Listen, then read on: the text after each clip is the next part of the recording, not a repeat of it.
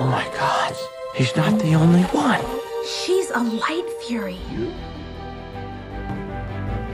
All of the dragons are essentially something that resembles a dragon. I think the first step in designing the Light Fury was to take a look at Toothless and say, if this is a variation of his species, what can we afford to change?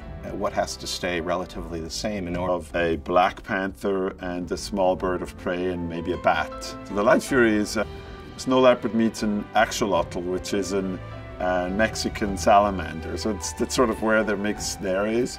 And of course, the initial launch that we got from Dean, the director, was that if Toothless is a male, she has less overall sort of dorsal spikes and spines, and the ears were a little stubbier, a little more streamlined body shape, a little slimmer legs, slightly less width on the body, and so we designed her with those things in mind, and then also we perform her that way. She's a little sleeker, a little softer on her paws, a little lighter on her feet.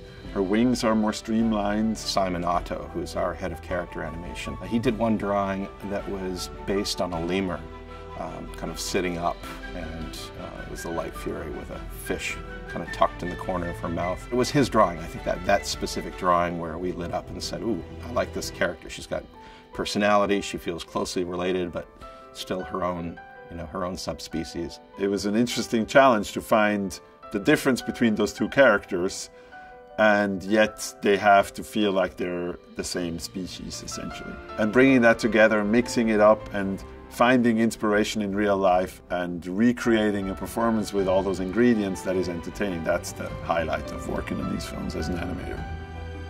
If you want more How to Train Your Dragon: The Hidden World, check out our review, or how the Isle of Berk has evolved over the trilogy.